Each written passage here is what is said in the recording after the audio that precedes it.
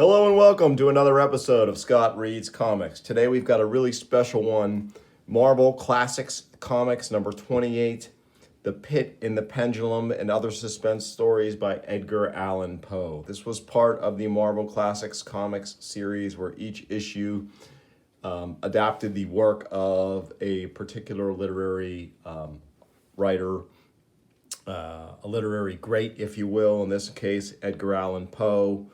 And the really notable thing about this incredible 52-page issue is that it contains the what I believe to be the first Marvel Comics work of Michael Golden. So that he does the Cask of Amontillado, which happens to be my favorite Edgar Allan Poe story of all time. And so I'm going to focus on that one. We're going to go through the first two stories in this book. Came out in 1977. 60 cents, which was a pretty big price tag at that time, but of course you're getting 52 pages. They count the covers as well for the page count, but there's actually 48 pages of story in here. And we can see Stan Lee presents The Pit and the Pendulum by Edgar Allan Poe. They've got a nice little, on the front piece, a nice little piece about the author. And we have our staff of creators: Archie Goodwin, editor-in-chief; Roger Slifer, editor; Ralph Macchio, associate editor; Don McGregor does the script, or the adaptation, if you will. And then we list our artists. And I believe these are listed specifically in order of who works on what. So we have Rudy Messina and Young Montano. I believe that they do The Pit and the Pendulum just based on what I know about their styles. Rod Santiago and Michael Golden listed last because I believe he does I know he does the last story, the Cask of Amontillado. So The Pit and the Pendulum is our first one. It's a story about a man coming under the judgment of the Spanish Inquisition. And I should say that these stories were written in the 1840s by Edgar Allan Poe, and he reached back into history, into the time of the Spanish Inquisition for his inspiration for this particular story. And it is beautifully drawn. I love the 12-panel arrangement on this pair of facing pages here. Really cool stuff from Rudy Messina and Young Montano. Couple of the Filipino invasion that came in the 70s into comics. There are two of them, I believe. Really nice job here on this. Just a pretty great adaptation. I read this in detail a couple of days ago, and it's pretty faithful in terms of what I remember of the actual story. And it's interesting because Poe relied so heavily on his descriptive ability, his ability to paint a picture with words.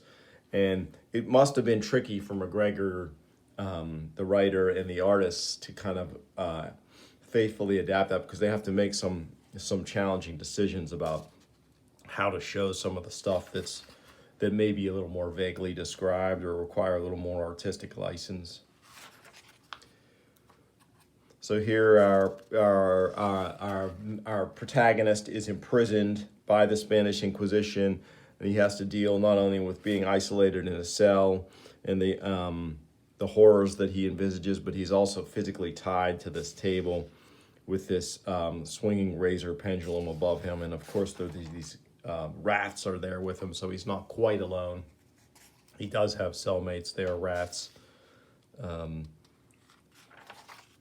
And we can see great use of color in this book overall, but there's no colorist listed, so I don't know if the artist listed also did the coloring. There's also no letterer listed, so this was at a time when that wasn't always noted. Those creative efforts were not always noted, sadly, so it's difficult to know who colored these.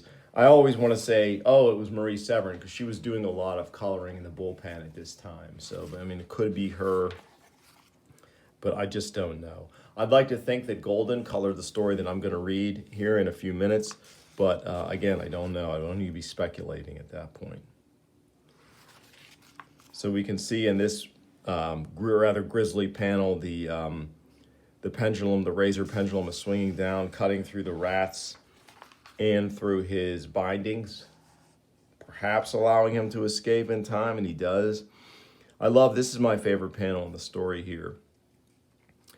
I'll just read quickly. With that thought, I rolled my eyes nervously around on the barriers of iron that hemmed me in. The origin of the sulfurous light came from a fissure, extending entirely around the prison at the base of the walls, which were completely separated from the floor. The colors on the wall were assuming an intense brilliancy that gave to the spectral in fiendish portraitures an aspect that might have thrilled even firmer nerves than my own. It's really cool stuff here. Very horrific. And we can see the walls are closing in, and great use of the medium here as we start out with a standard width panel, and then the panels kind of get narrower and narrower, giving you, the reader, the sense of an enclosing set of walls. Death, any death, but that of the pit. Fool, might I have known that into the pit it was the object of the burning iron to urge me.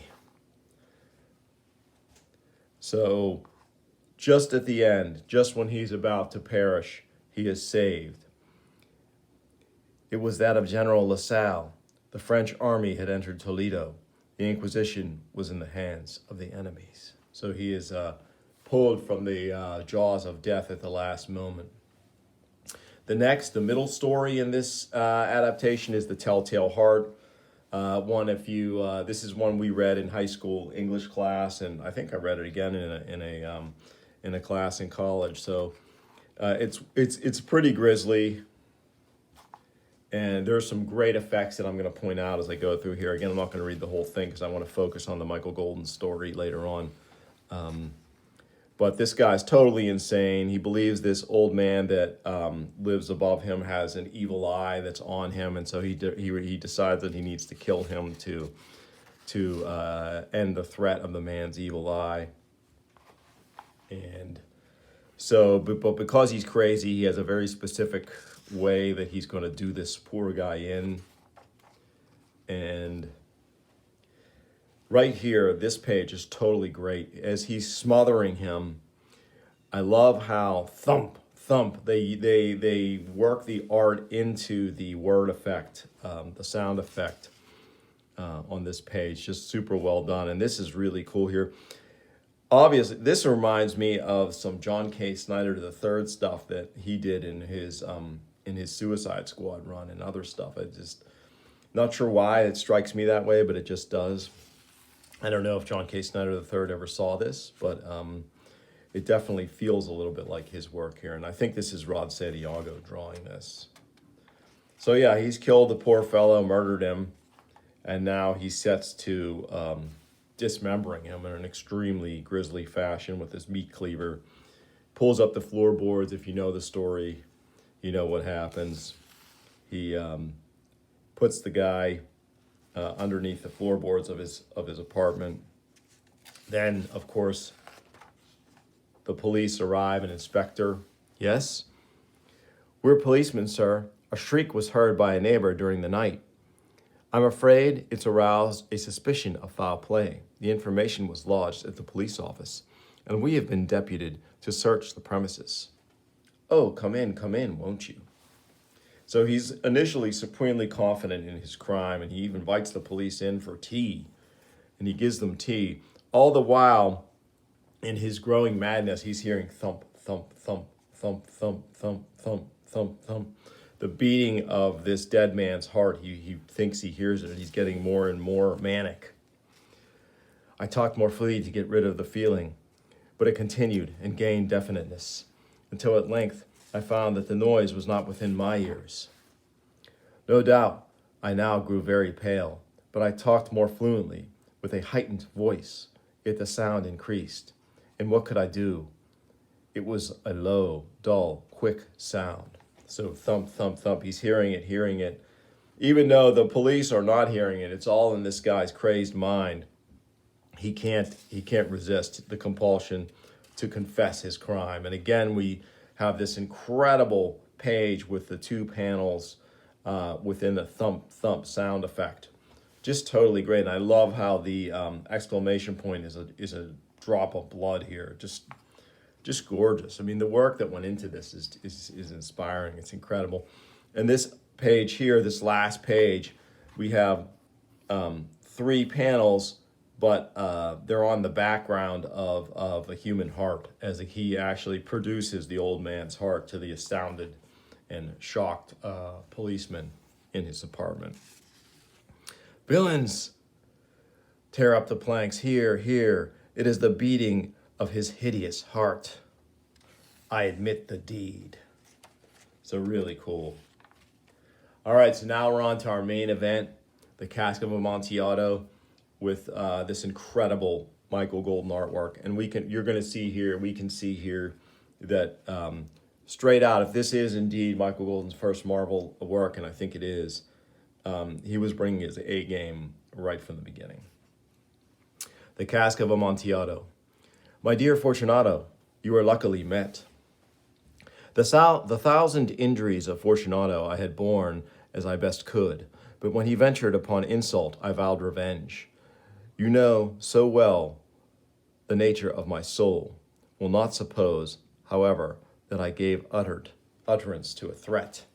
At length I would be avenged. This was a point definitely settled, but the very definiteness with which it was resolved precluded the idea of risk. I must not only punish, but punish with impunity. A wrong is unredressed when retribution overtakes its redresser. It is equally unredressed when the avenger fails to make himself felt as such to him who was done the wrong. It was about dusk one evening, during the supreme madness of the carnival season, that I encountered my friend. How remarkably well you are looking today, but I have received a pipe of what passes for Amontillado, and I have my doubts. Amontillado? Love this long panel here. Really great. The details are so lush.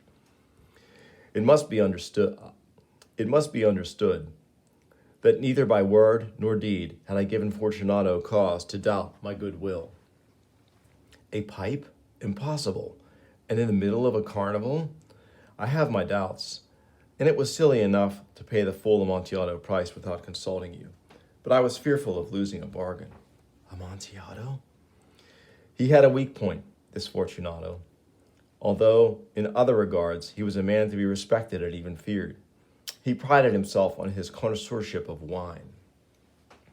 As you are engaged, I am on my way to Lucchesi. If anyone has a critical turn, it is he will tell me. Lucchesi cannot tell Amontillado from sherry.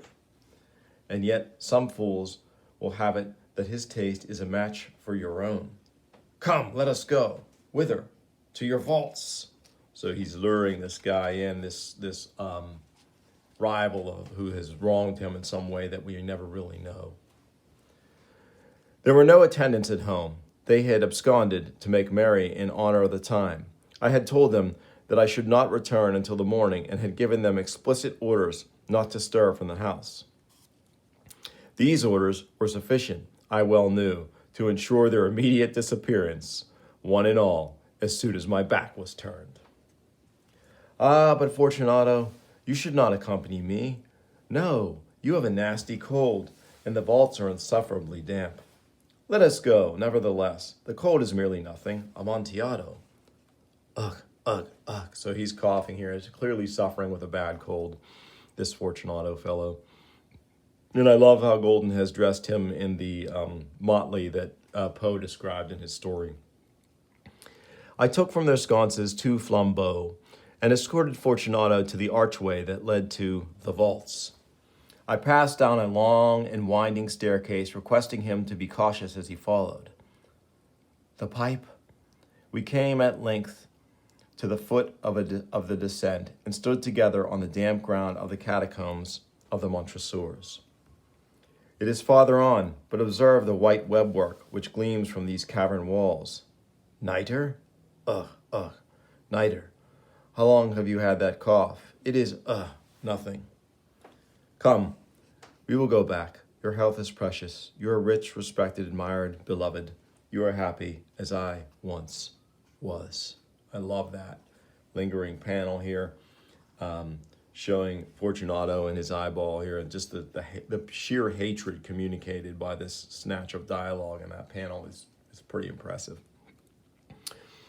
Enough. The cough is a mere nothing. It will not kill me.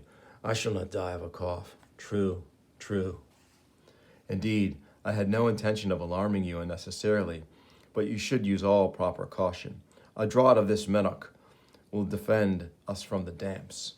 I drink to the buried that repose around us. He's drinking away here. And I to your long life. These vaults are extensive. The Montresors were a great and numerous family. I forget your arms. A huge human foot d'or in a field azure. The foot crushes a serpent rampant whose fangs are embedded in the heel. And the motto?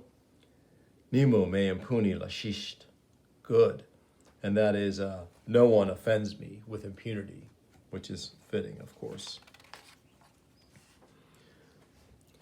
The wine sparkled in his eyes and the bells jingled. We had passed through the walls of piled bones with casks and puncheons intermingling into the inmost recesses of the catacombs. The nitre, see it increases. It hangs like moss upon the vaults. We are below the river's bed. The drops of moisture trickle among the bones. Come, we will go back, ere it is too late. Your cough. Ugh. It is nothing. Let us go on. But first, another draught of the Medoc. He laughed and threw the bottle upward with a gesticulation I did not understand. You are not of the Brotherhood of the Masons? Yes. You? Impossible. A Mason? A Mason. A sign. It is this. You jest, but let us proceed to the Amontillado. Great, here he has the cell already, right here you can see in this panel. We continued our route in search of the Amontillado. At the most remote end of the crypt, there appeared another less spacious. Its walls had been lined with human remains, piled to the vault overhead in the fashion of the great catacombs of Paris. 3 sides of this interior crypt were still ornamented in this manner. From the fourth, the bones had been thrown down and lay promiscuously upon the earth, forming at one point a mound of some size. Within the wall, thus exposed by the displacing of bones, we perceived a still interior recess. In depth about 4 feet, in width 3, in height 6 or 7. It seemed to have been constructed for no especial use. Proceed. Herein is the Amontillado. As for Lucchesi, he is an ignoramus. Ching-a-ling, you can hear the bells. I had fettered him to the granite. In its surface were 2 iron staples, distant from each other about 2 feet horizontally. From one of these descended a short chain, from the other a padlock. Throwing the links around his waist, it was but the work of a few seconds to secure it. He was too much astounded to resist. Great shot of him being bound. Pass your hand over the wall. You can't help but feel the nitre. Indeed, it is very damp. Once more, let me implore you to return. No? Then I must positively leave you. But I must first render you all the little attentions in my power. The Amontillado? Still not sure what's going on, this partially drunk Fortunato. True, the Amontillado. Throwing the bones aside, I soon uncovered a quantity of building stone and mortar. With these materials, and with the aid of my trowel, I began vigorously to wall up the entrance to the niche. I had scarcely laid the first tier of the masonry when I discovered that the intoxication of Fortunato had in great measure worn off. The earliest indication I had of this was a low moaning cry from the depth of the recess. It was not the cry of a drunken man. There was then a long and obstinate silence, and then I heard the furious vibrations of the chain. The wall was now nearly upon a level with my breast. A succession of loud and shrill screams, bursting suddenly from the throat of the chained form, seemed to thrust me violently back. Help! Help! I replied to the yells of him who clamored. I re-echoed. I aided. I surpassed them in volume and in strength. I did this, and the clamorer grew still. It was now midnight, and my task was drawing to a close. I had completed the 8th, the 9th, and the 10th tier. I had finished a portion of the last and the 11th. There remained but a single stone to be fitted and plastered in. You can see here, the one little hole left. I struggled with its weight. But now there came from out of the niche a low laugh that erected the hairs on my head. It was succeeded by a sad voice which I had difficulty in recognizing as that of the novel Fortunato. A very good joke indeed, an excellent jest. We will have many a rich laugh about it at the Palazzo, he, over our wine, he. The Amontillado. Yes, the Amontillado. But is it not getting late? Will they not be awaiting us at the Palazzo, Lady Fortunato and the rest? Let us be gone. Yes, let us be gone. For the love of God, Montresor. Yes, for the love of God. And again, we see the eyeball with the reflection of that last little hole that has to be bricked in. There came in reply only a jingling of bells. I hastened to make an end of my labor. Against the new masonry, I reenacted the old rampart of bones. For the half a century, no mortal has disturbed them. In pace, requiescate. That's rest in peace. And we in Latin. And we have Edgar Allan Poe here, a nice picture with Manly. I don't know if that's Mike Manley. It would be very early Mike Manley at that point, but nice little shot of Edgar Allan Poe. And then curiously on the back, we have 2 covers for issues of Marvel Classics comics, including the previous issue, Kidnapped, by Robert Louis Stevenson, and then this issue, The Pit and the Pendulum. So it's sort of advertising the issue that you're actually holding. It's coming in September, Anthony Hope's Prisoner of Zenda and The Arabian Nights.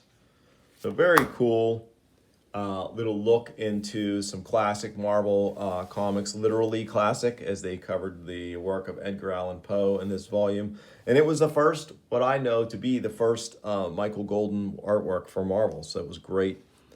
I hope you enjoyed it. If you did, please like and subscribe, tell your friends, and I'll bring you more soon on Scott Reads Comics. Thanks for watching.